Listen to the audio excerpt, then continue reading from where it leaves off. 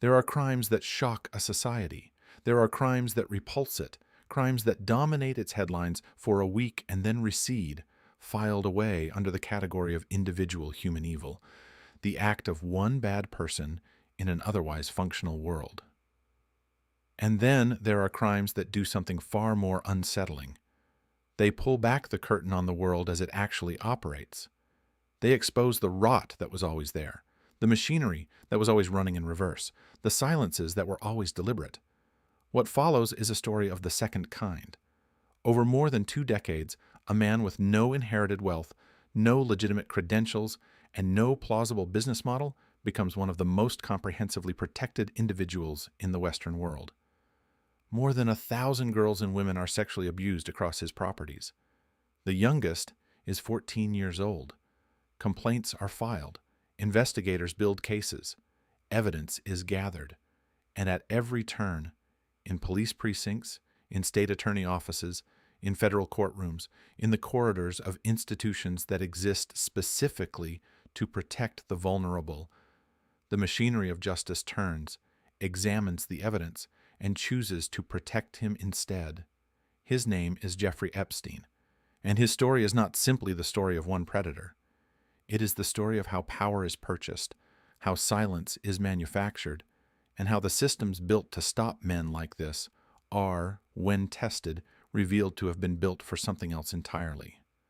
There are questions this story raises that do not resolve quickly. How does a man with fabricated credentials and no family money gain access to the most powerful people in the world and maintain that access, uncontested, for over 20 years? Why does every institution that encounters evidence of his crimes, the FBI, the state attorney's office, the federal prosecutor's office, choose not to act? Who picks up the telephone the night before the police raid and ensures that every hard drive in his surveillance control room is removed before investigators arrive? And what happens inside a federal jail cell on the night of August 9th, 2019, when the trial that might have answered all of these questions is just weeks away? Those questions will be answered. But first, the beginning. And the beginning, like so much of this story, is nothing like what you would expect. Brooklyn, New York, the early 1950s, a working-class neighborhood on Coney Island called Seagate, a gated community in the literal sense, a small enclave behind an iron fence, not wealthy, just insular. Jeffrey Epstein is born here in 1953 to Seymour Epstein, a Parks Department worker, and Paula Epstein, a school aide. Seymour's parents, Julius and Bessie, arrived in America as Russian Jewish refugees and settled in Crown Heights. Paula's parents, Marcus and Lena Staforsky, fled Lithuania at the start of the century. 2 immigrant families, both carrying the inherited vigilance of people who have known what it means to be without protection. Nothing in this household, nothing in this street, nothing in this neighborhood prefigures what follows. Those who know young Jeffrey describe him as intensely introverted, reserved in a way that reads less as shyness than as calculation. He is academically exceptional. At Brooklyn's Lafayette High School, he skips grades with ease, plays piano fluently, and demonstrates a gift for mathematics that stands out even among the academically gifted. Before he turns 16, he is already attending advanced mathematics classes at Cooper Union. In 1971, he enrolls at New York University's Courant Institute, where he attempts to study the mathematical modeling of cardiac function, a specialized, deeply unusual academic pursuit for a teenager from Seagate. He does not complete the degree. He leaves without graduating. What happens next is the first of many moments in this story where the usual rules appear not to apply. Despite holding no formal academic qualification of any kind, Epstein secures a position in 1971 as a mathematics teacher at the Dalton School on the Upper East Side of Manhattan. The Dalton School is not merely a good school. It is one of the most prestigious private institutions in the country, attended exclusively by the children of Manhattan's wealthiest families. Its class sizes are small. Its parents are closely involved. Its teachers and its families know one another intimately.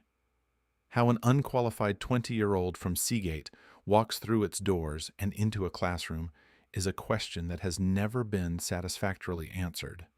The school's motto, "Go forth unafraid," might be the most fitting description of his audacity in pursuing it. But he is there, and within a short time he is popular. Softly spoken and attentive, he becomes a fixture in the drawing rooms of Manhattan's most powerful families. He moves easily among people who have everything he does not. He listens carefully.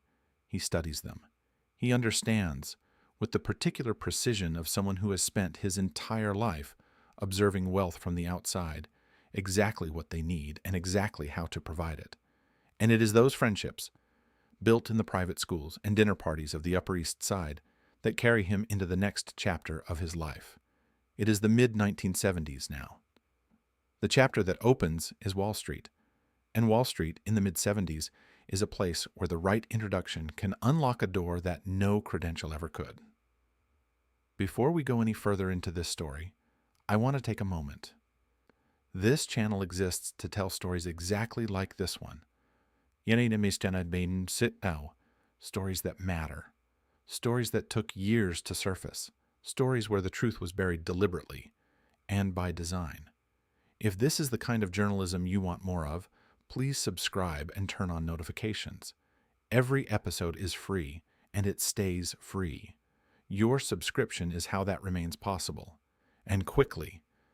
I would genuinely love to know where in the world you are listening from right now.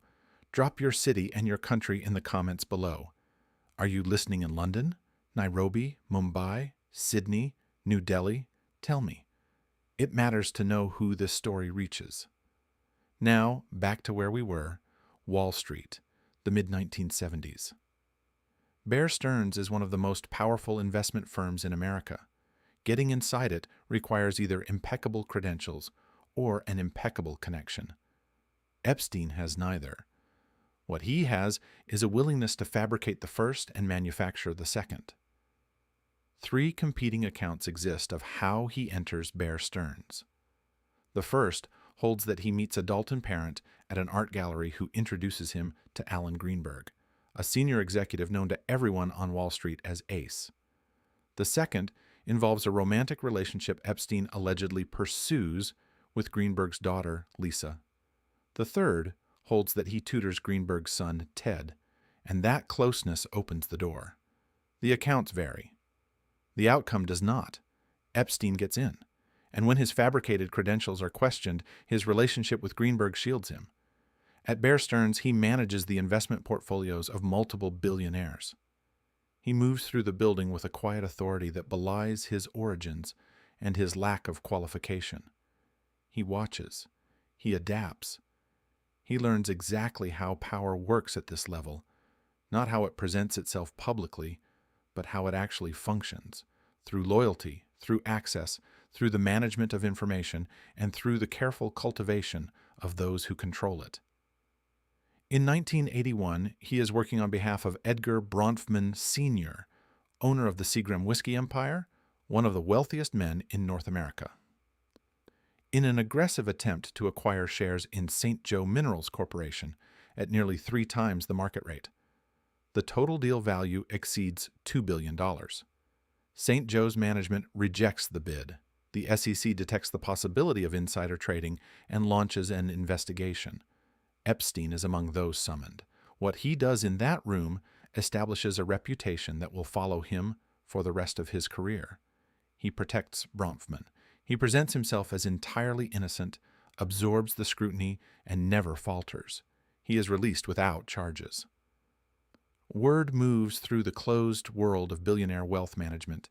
There is a man at Bear Stearns who can be trusted absolutely under pressure, who will not break, who will sit across from federal investigators and give them nothing. That reputation is worth more than any credential he never obtained. Shortly afterward, he resigns from Bear Stearns. He tells acquaintances the firm has questioned a personal loan he made to a friend, a slight to his dignity he cannot forgive. What matters is the exit. He leaves carrying the one thing that cannot be manufactured and cannot be taken away. A name whispered in the right rooms as the man who holds under pressure. The early 1980s. Epstein is in his late 20s. He has the reputation. He does not yet have the money to match it. And then an opportunity arrives that will change everything. A wealthy Spanish investor named Antonio Garcia Fernandez has placed a substantial portion of his fortune in a stock and bond trading firm called Discdal Securities Corporation. On June 15, 1982, Discdal ceases operations. Overnight, tens of millions of dollars gone. Garcia Fernandez is among the hardest hit. His daughter, Ana Obregón, is by this point a famous actress in Spain. Through mutual acquaintances, she hears about a certain investment banker who can untangle even the most complicated financial situations. She approaches Epstein directly. She offers him a commission of 1% of whatever he recovers and gives him power of attorney to act on her father's behalf. For 3 years, Epstein works the case. He moves through the U.S. Attorney's Office, navigates multiple layers of international banking regulation, and eventually traces the missing funds to offshore accounts in the Cayman Islands. He recovers a substantial portion of them. The commission he receives is never publicly disclosed. It is widely understood to have been in the millions of dollars. But the money, important as it is secondary to what the case produces. Word moves through the closed network of ultra-high net worth individuals with the force of a parable. The man recovered what no one else could find, working through international banking structures designed specifically to resist exactly what he did. Shortly afterward, he founds the International Assets Group. The terms are precisely what the episode has earned him the right to demand: billionaires only. No exceptions. He is 30 years old. He has arrived, and it is around this time that a small, easily forgettable incident occurs. An insurance executive named Robert Meister, a senior figure at the brokerage Aon, finds himself seated next to a stranger on a first-class flight from New York to Palm Beach. The stranger is intense. He is charming. He speaks about money and power with the casual authority of someone who has been inside both for years. They speak at length for the duration of the flight. Then they land, they part ways, and Meister forgets the encounter entirely. That detail will return, not now, but later, at precisely the moment it matters most. The mid-1980s. Epstein is managing billionaire portfolios through the International Assets Group and building, with quiet deliberation, a second kind of wealth that cannot be audited, the wealth of access, the currency of knowing the right people and being known by them in return. Les Wexner is, at this moment, the wealthiest individual in the state of Ohio. He is the founder and owner of a retail empire that includes Victoria's Secret, Bath, and Body Works, and dozens of other internationally recognized brands.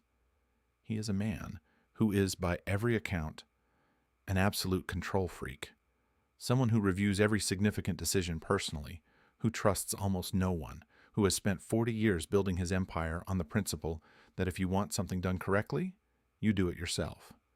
And Wexner has a problem. He has a team of advisors managing his personal investment portfolios, and he feels, as he tells a close friend that year, that he has entirely lost control of his own money. He cannot see where it is going. He cannot track how it is being deployed. He feels, for the first time in 40 years, that the thing he has built is operating beyond his reach. His close friend hears this and pauses. He thinks of a flight he took some years ago. He thinks of a man in the seat next to him. Robert Meister remembers the stranger on the plane and introduces him to Les Wexner. The introduction takes place in the mid-1980s. Within a very short time, Epstein and Wexner become extraordinarily close, not merely as client and advisor. Epstein gains access not just to Wexner's investment portfolios, but to every intimate sphere of the man's life. He begins making personal decisions on Wexner's behalf. Those who know Wexner well are bewildered. The most controlling man they have ever encountered, handing the keys to every corner of his life to someone none of them have heard of. Rumors of a more intimate relationship circulate in the circles that know them both. though Epstein will later strenuously deny any closeness to Wexner at all. The documentary record appears to directly contradict that denial. It also later emerges that Epstein, at the moment of this introduction, has apparently spent everything he accumulated at Bear Stearns and through the Dixdahl Commission. The timing is the kind of coincidence that does not survive scrutiny. The extent of Epstein's control over Wexner reveals itself most clearly in 1993. That year, Wexner marries Abigail Koppel, a model 24 years his junior. Epstein manages the entire process. He negotiates the terms of the prenuptial agreement. He arranges the signing ceremony. He orchestrates its details with the precision of someone who understands, at every moment, who is really in charge. Koppel signs her copy at her own lawyer's office. Wexner signs his at his. For the occasion, Epstein has hired a model from Sports Illustrated and brought her to Wexner's office, as if to remind his friend that there are other beautiful women in the world, should he have second thoughts. And when it comes time for Wexner to sign the document, Epstein places the prenuptial agreement on the hired model's stomach and has Wexner sign it there. Just before he does, Epstein looks at Wexner and asks one final time, "Are you sure you want to do this?" Wexner looks back at him. "Yes, Giuffre. Quite sure." The scene is later recalled in detail by one of Epstein's associates who is present in the room. It is one of the clearest windows into a dynamic that most people, hearing it described, find almost impossible to understand. A billionaire, the most controlling man in every room he enters, asking permission from his financial advisor to sign his own marriage document. With Wexner's money and social connections behind him, Epstein's name begins to circulate in New York's most exclusive circles through the late 1980s and into the 90s. He takes a seat on the board of the New York Academy of Art, attends the right dinners, says the right things. And it is through this world, art, philanthropy, the specific cultural influence that old money uses to distinguish itself, that two people essential to what follows enter his orbit. The first is Jean-Luc Brunel. Brunel is a French modeling agent, active in the industry since the 1970s, who claims to have launched the careers of Monica Bellucci, Sharon Stone, and Rachel Hunter. He is also, by the late 1980s, deeply notorious. A 1988 investigation by the television program 60 Minutes places Brunel at the center of sexual exploitation in the modeling industry. Witnesses testify on camera that he uses the promise of contracts to coerce young women into sexual encounters. The industry knows exactly who he is. Epstein hears about Brunel and is drawn toward him. He takes over managing Brunel's personal wealth. He helps fund and rebrand Brunel's agency as MC2 Model Management. And together, what they build behind the facade of modeling recruitment is something that later investigations will identify as a sexual exploitation network operating on an international scale. Brunel travels continuously to Scandinavia, to Israel, to Central Europe, to former Soviet republics, to South America. He holds modeling competitions and signs contracts with young aspiring women, including minors, dangling the promise of American careers. When these women arrive in the United States, they are placed in Epstein-owned apartments, charged rent, and made entirely dependent on Epstein and Brunel for visa processing, for immigration status, for every practical means of survival. The dependency is not incidental. It is the architecture. Every resource they need runs through Jeffrey Epstein. But even Brunel, even the entire modeling operation, is secondary to what arrives in 1991.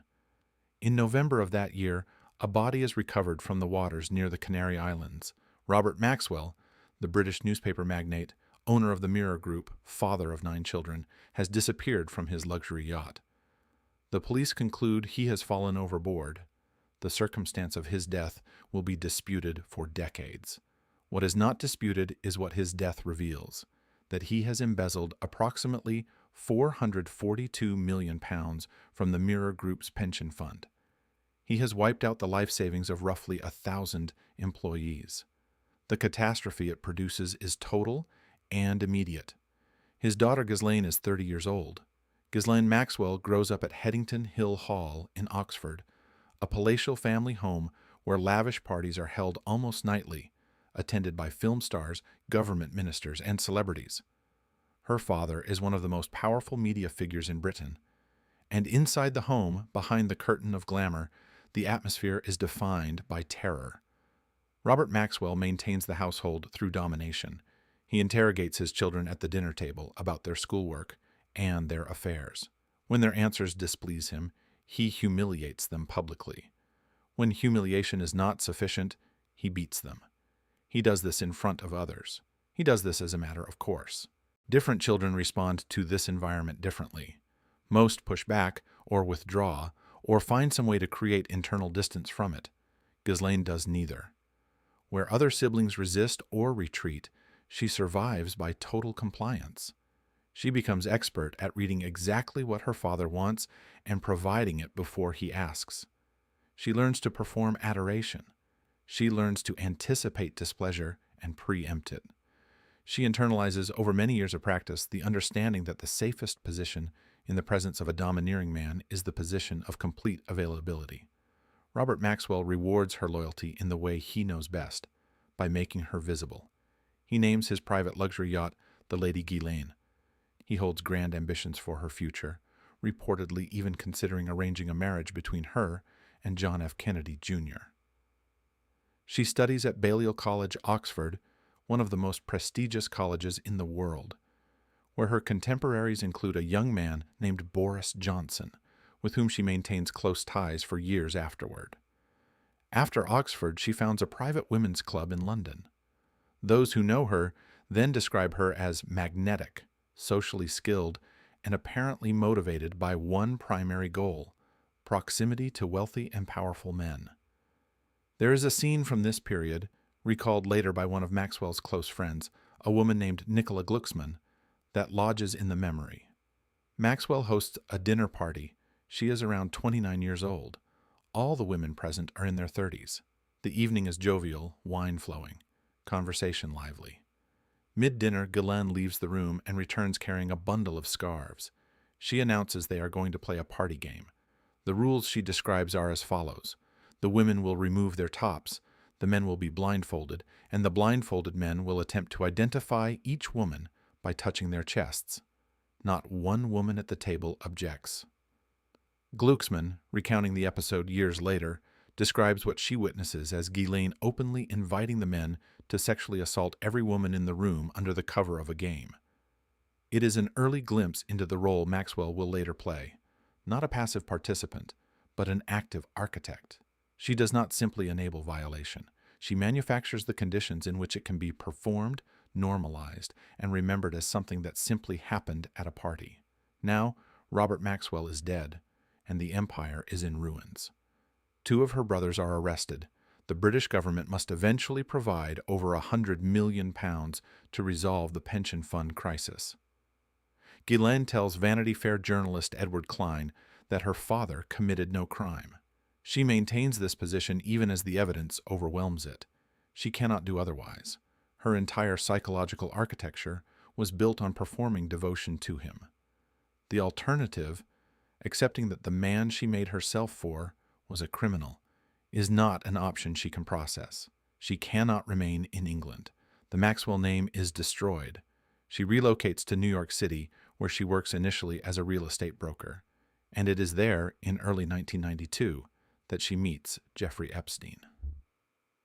Those who know her then say she is intensely attracted to him. Their relationship evolves quickly from romance into something more structural. Ghislaine manages Epstein's homes and offices with professional precision.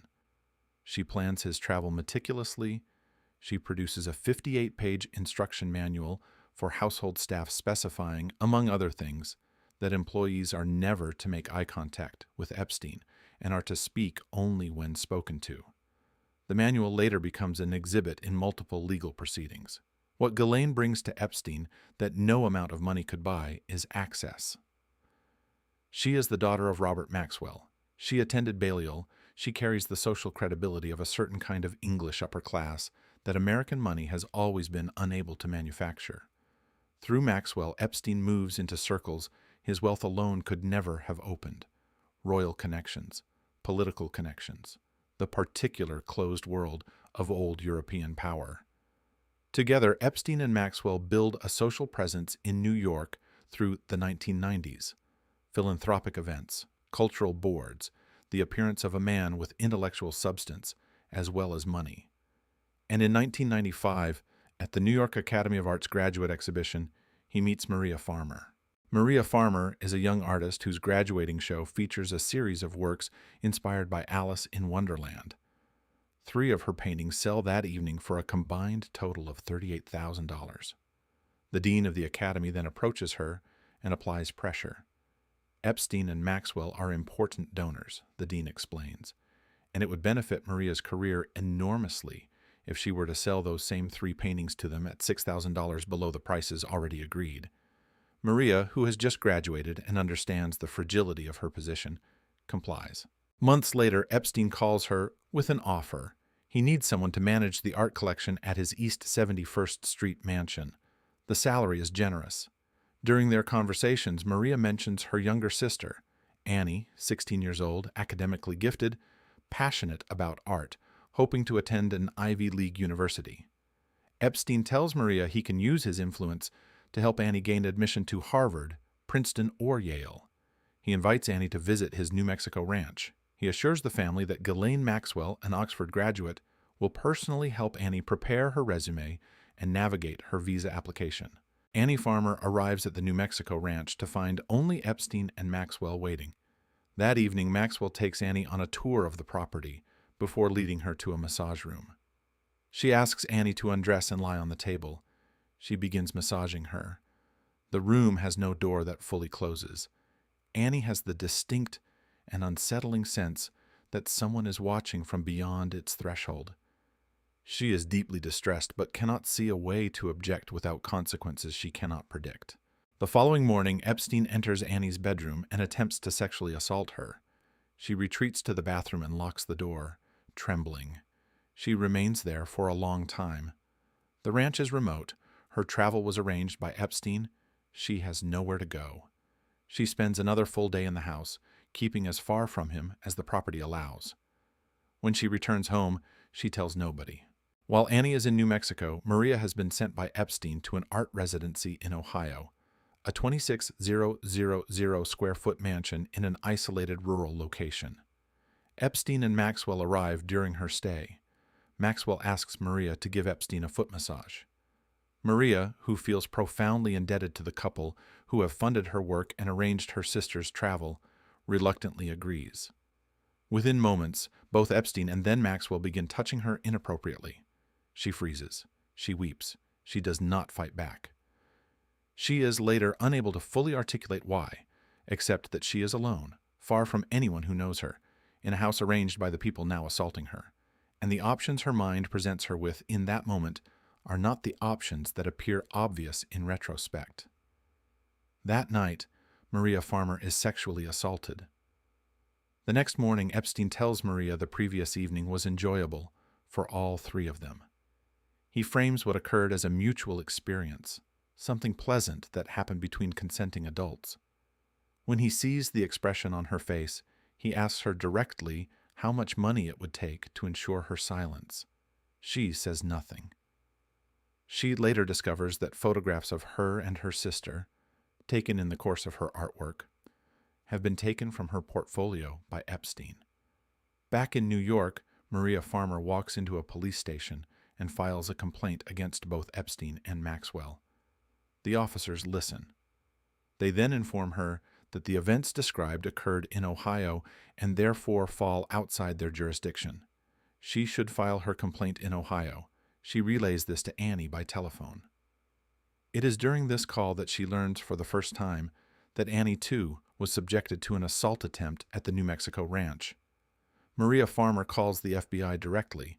She gives them names, dates, locations, and specific detail. The call is logged. Her complaint is filed. Nothing happens. 7 years pass. In 2002, Vicki Ward, a journalist at Vanity Fair, investigates the Epstein story. The Farmer sisters speak with her at length. Both are fully prepared to be named on the record. The piece is eventually published, but the sections containing their accounts are removed from the final version before it goes to print. Epstein has applied pressure, and the pressure has worked. Their testimony disappears from the story. Jeffrey Epstein dismisses their allegations when they eventually surface publicly. He describes them as young women whose infatuation with him curdled into revenge after he rejected their advances. Palm Beach, Florida, 1990. Epstein pays $2.5 million for a mansion on a dead-end block, the most secluded position on the most secluded street available. Palm Beach is not merely a wealthy enclave, it is a physically sealed island where generational money has operated for generations in a state of near-total privacy, insulated from the world beyond its bridges by wealth, by convention, and by the unspoken agreement of everyone within it to maintain a shared silence about what happens inside.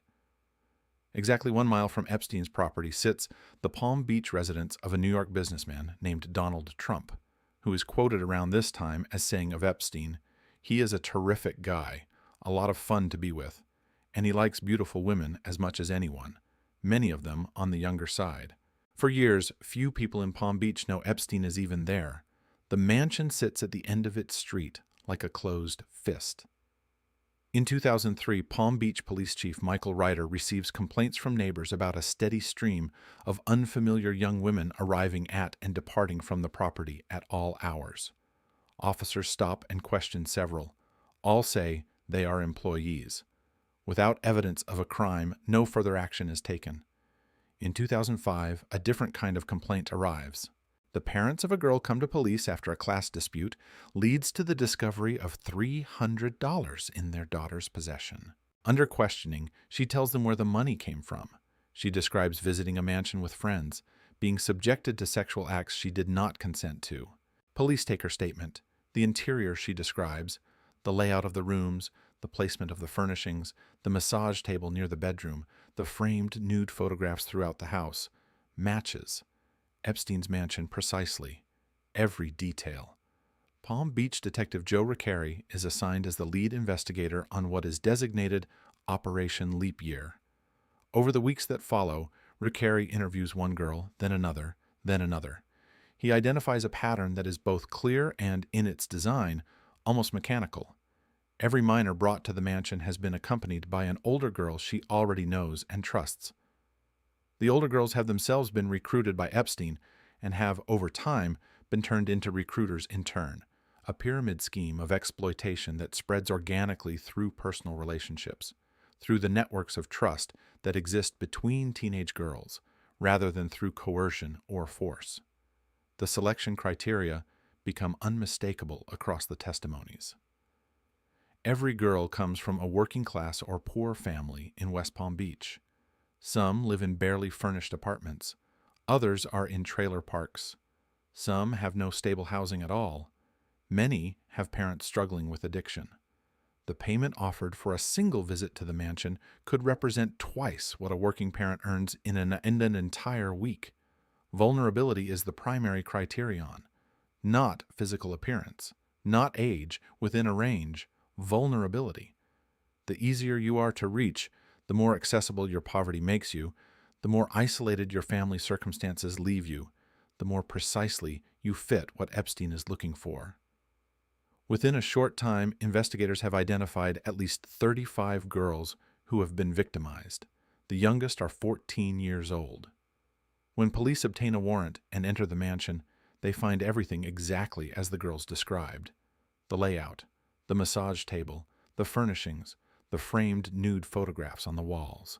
They move through the building documenting everything, and then they reach the room that should contain the most significant evidence of all, the centralized CCTV control room, which manages surveillance of the entire property. The room is bare.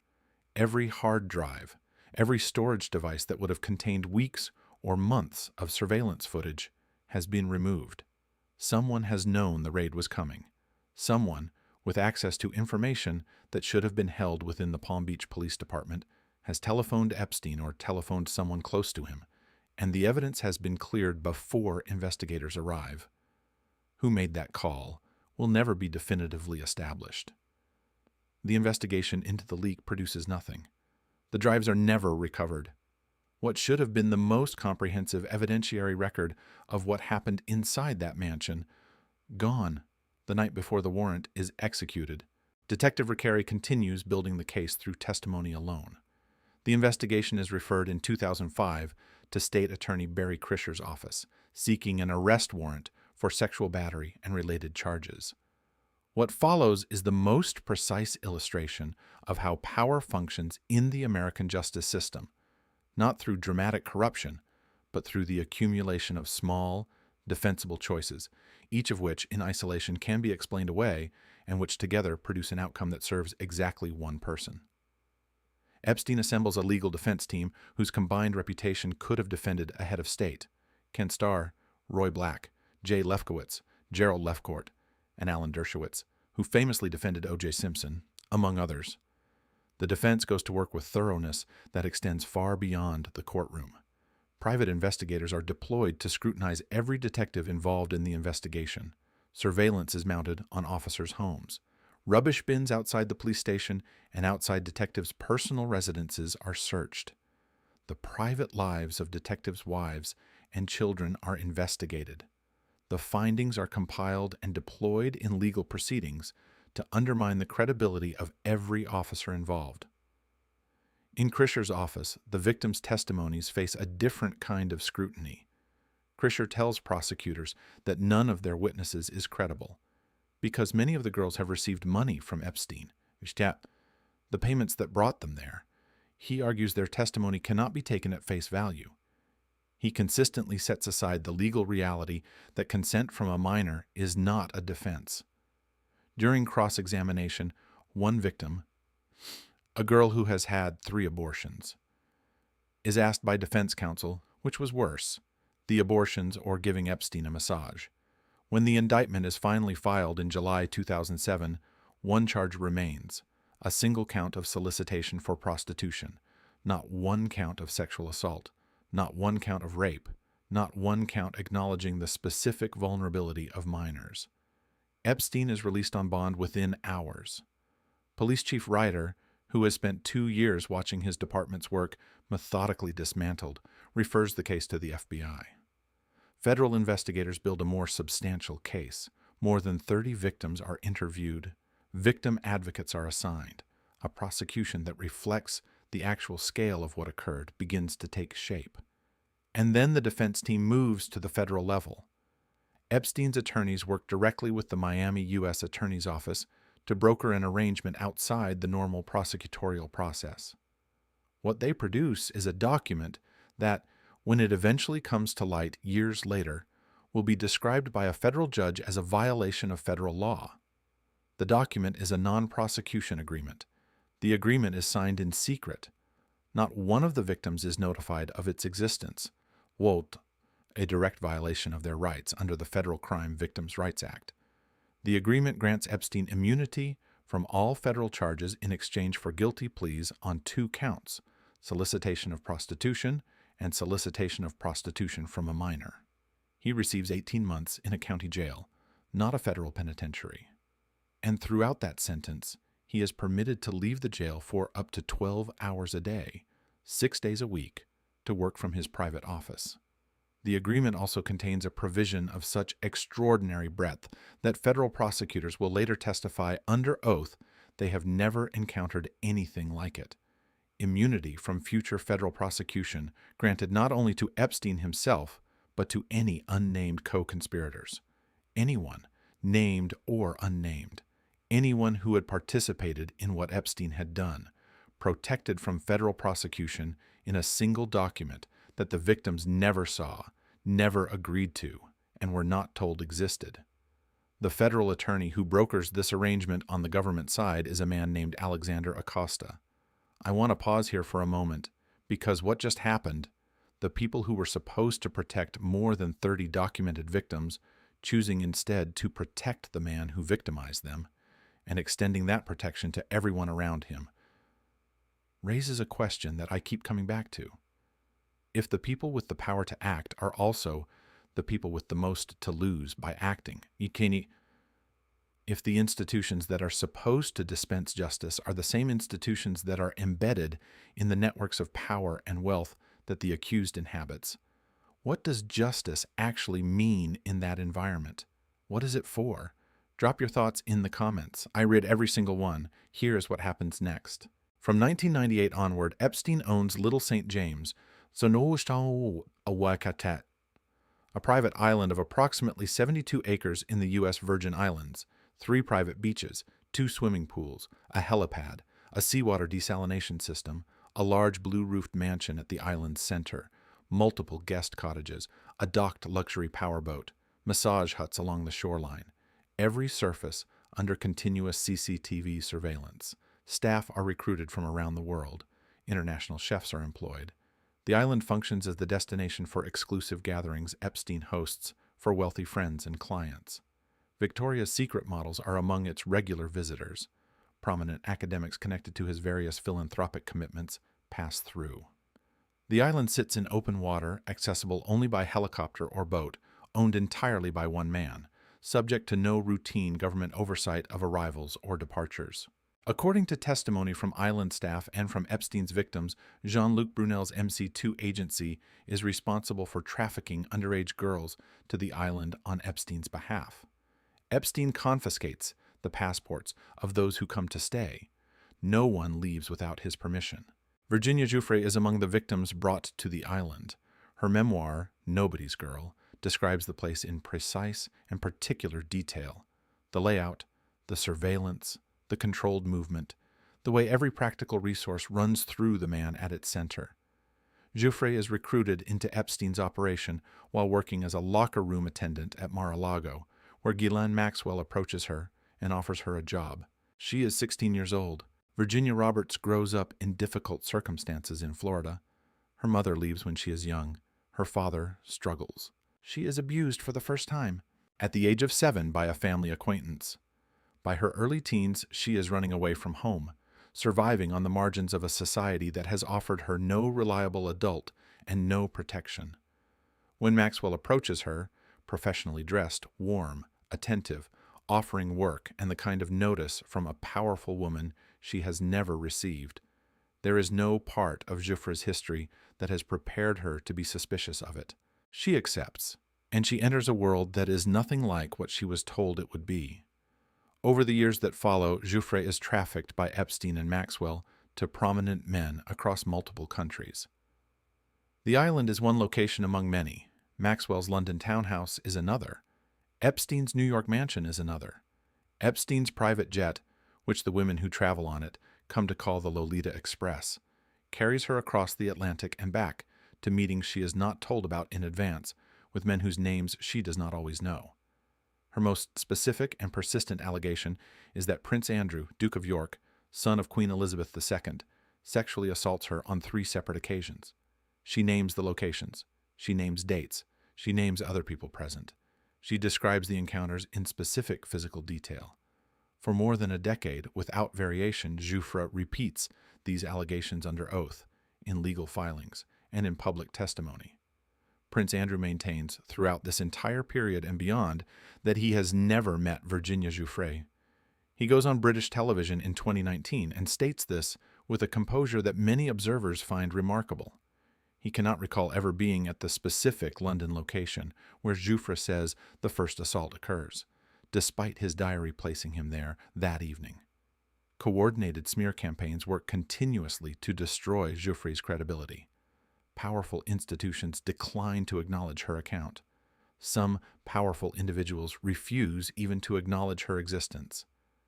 The consistency of her testimony across more than a decade, its specificity, its lack of internal contradiction, stands in direct contrast to the categorical denials arrayed against it. This contrast will matter, in the most painful possible way and at the worst possible time. July 6, 2019. Epstein lands at Teterboro Airport in New Jersey on his private jet and is arrested on the tarmac. The U.S. Attorney's Office for the Southern District of New York, under Prosecutor Jeffrey Berman, charges him with sex trafficking conspiracy and sex trafficking. Within days, a federal court reviews the non-prosecution agreement that Alexander Acosta brokered in 2007 and finds that it violated the Federal Crime Victims' Rights Act. It is vacated. Acosta resigns from his position as Secretary of Labor in the Trump administration within a week of the ruling. Epstein is held at the Metropolitan Correctional Center in Lower Manhattan. The court denies bail. On July 23, 2019, staff find him semi-conscious in his cell with marks on his neck. He is placed on suicide watch. 6 days later, without explanation, he is removed from that watch.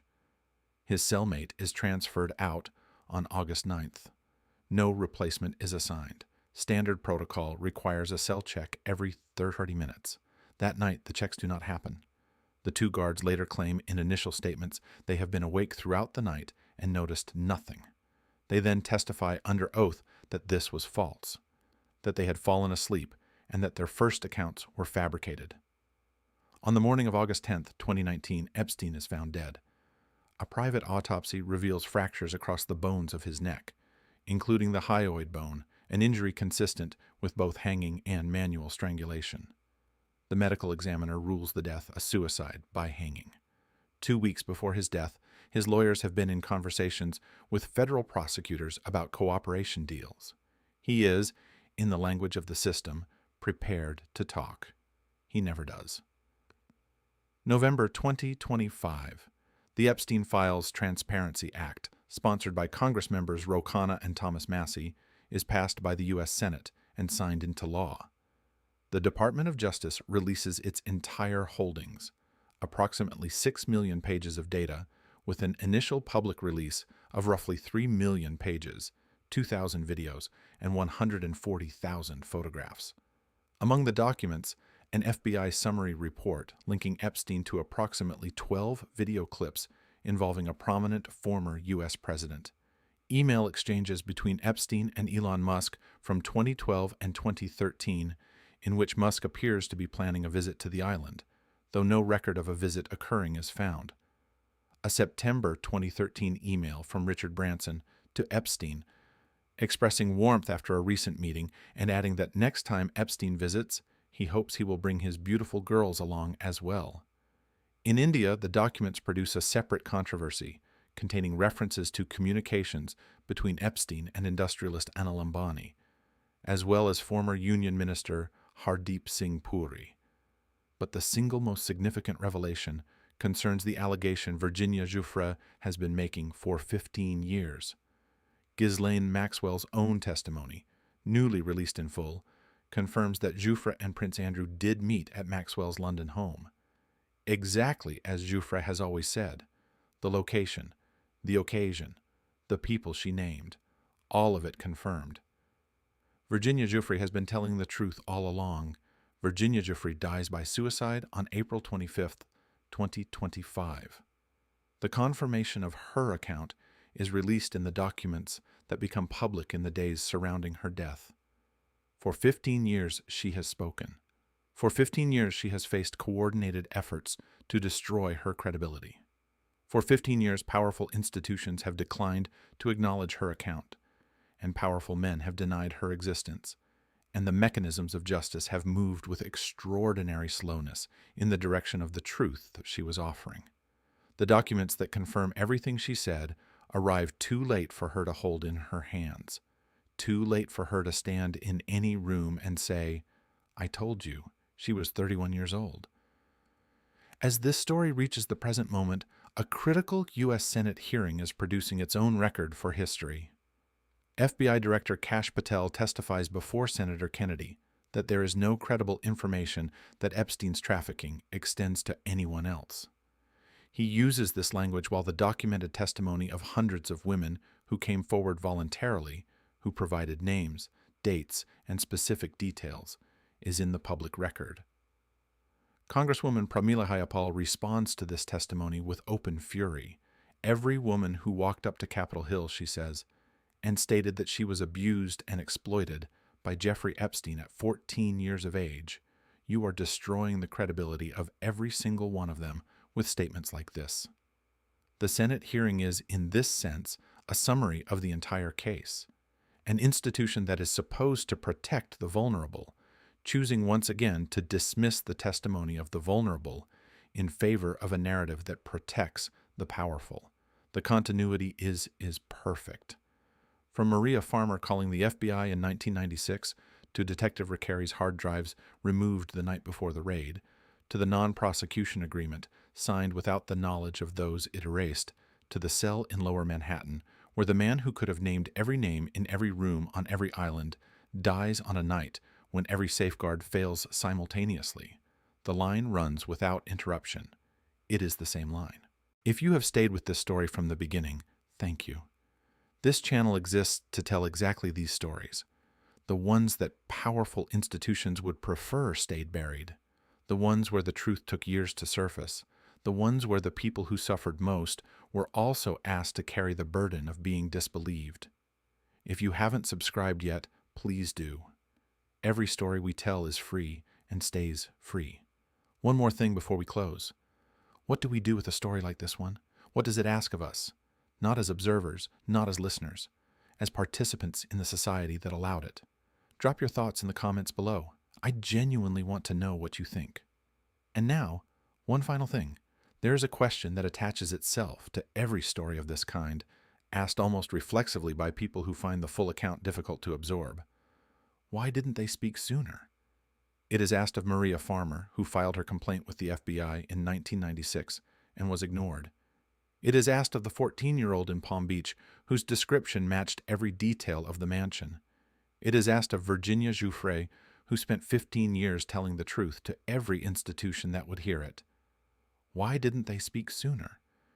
The question assumes that speaking sooner would have made a difference, that there was a system waiting and ready to respond, that the machinery of justice was oriented toward those who needed it. This story is the answer. The machinery was not waiting. The machinery was doing exactly what it had been doing from the moment Jeffrey Epstein first walked into a room full of powerful people and understood, with the particular intelligence of someone who spent his entire life on the outside looking in, exactly how power protects itself. Complaints were filed, investigations were opened, and at each stage a quiet, defensible, institutional choice was made to move toward the man with the connections and the lawyers and the money, and away from the girl in the trailer park who was 14 years old. We ask why the victims didn't speak sooner because it is easier to locate the failure in the people who were failed than in the system that failed them. If the failure belongs to the system must answer. And the system, the same system that protected Epstein for over 2 decades, has not yet answered. What we owe the survivors is not a re-examination of what they failed to do. It is a full accounting of what was done to them, and of every institution and every individual who, when they could have acted, chose instead to look the other way. What we owe them is the simple act of listening to what they have been saying, consistently and specifically, for decades. Virginia Giuffre spent 15 years saying it. The documents confirmed she was right. She did not live to hear that confirmation treated as the closure it should have been. Chanel Miller, the survivor of the Stanford University sexual assault case, whose testimony changed the way a country understood what survivors are asked to carry, wrote this: "I was not weak. I was not broken. I had simply been handed a task that no one should be handed, inside a system that was never built for me, and asked to complete it alone. The failure was not mine. The failure was everywhere I looked, and in everything that looked away." That is where this story ends. Not with a verdict, not with a conclusion. With those words, and with the understanding that the ending they describe has not yet been written.